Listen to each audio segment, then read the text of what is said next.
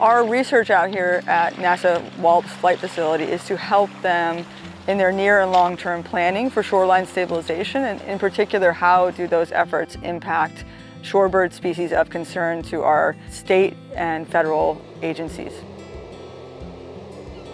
Our research is focused on 3 species, the piping plover, the red knot, and the black-bellied plover. The first 2, piping plovers and red knots, are federally protected, are threatened species under the U.S. Endangered Species Act. And the third, the black-bellied plover, is not a federally listed species, but it's one that we're concerned about due to declining numbers.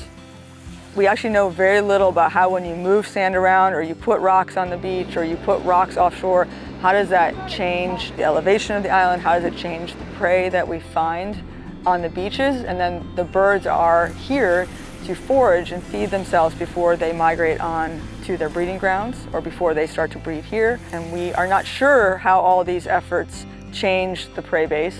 And so that's really the big question, so that when NASA and places again around the world are trying to make these decisions, they need to do it in a way that it doesn't harm the birds that we're seeking to manage and conserve.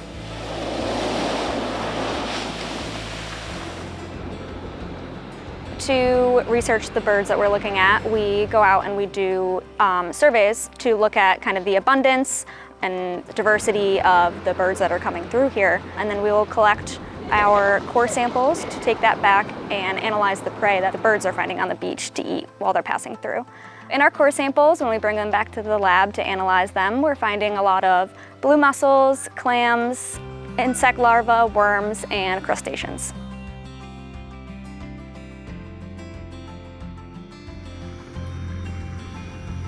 I really enjoy the field work. I love being out on the beach, surveying the birds, being able to identify them, and I think we put together a really nice crew this year, so getting to know them has been a really great part of it. We often get the question of why is all of this effort being undertaken to protect these 3 species of migratory birds, and really our job is to find that balance so that NASA can continue their operations, but they can do so in a way that doesn't harm the wildlife that is here, that we as a society have said that we want to protect for future generations.